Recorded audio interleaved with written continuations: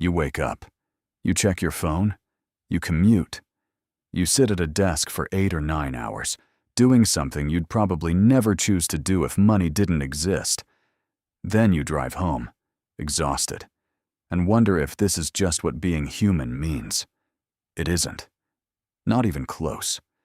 For almost the entire history of our species, nobody had a job, no offices, no shifts, no bosses, and yet people survived, raised children, and built entire cultures without ever once clocking in. So what were they actually doing with their time? The answer is going to sound strange, maybe even a little insulting to your Monday morning. They were doing less work than you. Here's the reframe. For most of the roughly 300,000 years modern humans have existed, people lived in small foraging bands. No farms, no factories, no markets, just rivers, forests, grasslands, and each other. And researchers who've studied surviving hunter-gatherer societies in the 20th century found something almost nobody expected. Anthropologist Richard Lee spent time with the Juhuansi people of the Kalahari Desert in the 1960s, tracking exactly how they spent their hours. His famous finding: adults typically worked around 15 to 20 hours a week to get enough food. 20 hours. That's not a typo, and it's less than half of a modern work week.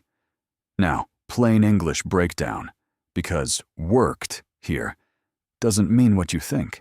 It meant tracking animals, digging up roots, gathering nuts and berries, and occasionally hauling home meat after a hunt.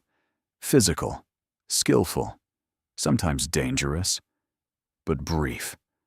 The rest of the day belonged to them. So what filled the other hours? This is where it gets interesting. A huge chunk of the day went to something you'd recognize instantly: hanging out, talking, storytelling around a fire, gossip, jokes, arguments, songs. Anthropologists who study these communities describe conversation as almost a full-time occupation in itself, filling the hours between hunts and meals. Then there was rest. Real rest, not the scroll until you fall asleep kind.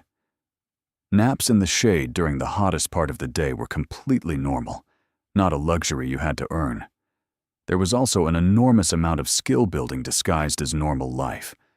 Children learned to track animals, identify plants, and read weather patterns by watching adults and playing games that mimicked real tasks. This wasn't school. It was just childhood, and it doubled as the most practical education imaginable. Tool-making filled hours too, shaping a spear point, weaving a basket, knapping a stone blade. These tasks were often social, done in small groups, chatting while hands stayed busy, blurring the line between work and hanging out in a way modern jobs almost never allow.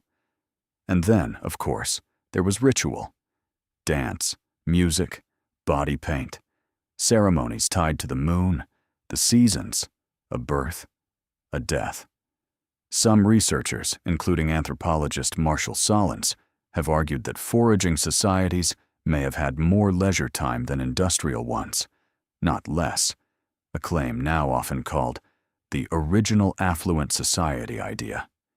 It's a debated position, and not every scholar agrees on the numbers, but the broader point holds up well. Constant, exhausting labor is not the natural human condition. It's a relatively recent invention. Here's the twist that should genuinely unsettle you. Farming, the thing that eventually gave us cities, writing, and yes, jobs, actually made most people work harder, not easier. Early agricultural life meant longer hours, worse diets, more disease, and less free time than foraging ever had. We didn't invent farming because life got easier. We got trapped in a system that produced more food, but demanded far more labor to sustain it, and there was rarely a way back. So the 8-hour workday you dread isn't ancient wisdom. It isn't hardwired into your biology. It's a historical accident, barely a few thousand years old, layered on top of nervous systems that evolved for a completely different rhythm. A rhythm of short bursts of effort, long stretches of rest, and hours spent simply being with other people. Which brings us back to you, checking your phone, dreading Monday. Your ancestors would not recognize your calendar. They would not understand your inbox, or your deadlines, or the idea that rest has to be earned instead of simply taken. But they would absolutely recognize the moment tonight when you sit around with people you love, telling stories, doing nothing productive at all. Because that was never the exception. For most of human history, that was the whole point of the day.